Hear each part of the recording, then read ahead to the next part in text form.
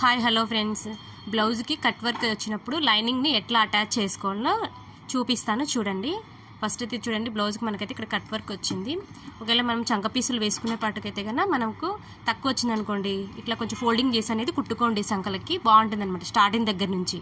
ఒకవేళ hand loose కూడా తక్కువ వస్తాయి కనుక ఫస్ట్ అయితే మనము లైనింగ్ తీసుకొని ఒక హాఫ్ నుంచి మనం కచ్చుకనేసి వదిలేసుకుంటాం కదా, ఆ క్లాత్ వచ్చేసి ఫోల్డింగ్ చేసేసుకోవాలన్నమాట. ఒక హాఫ్ ఇంచు పైన ఫోల్డింగ్ చేసేసుకొని కుట్టేసుకోవాలి. కింది వరకు కుట్టేసుకున్న తర్వాత మన మెయిన్ బ్లౌజ్ తీసుకుని చూడండి, నేను వీడియోలో అయితే ఎలా అయితే చూపిస్తున్నానో అలాగే పెట్టేసుకోండి.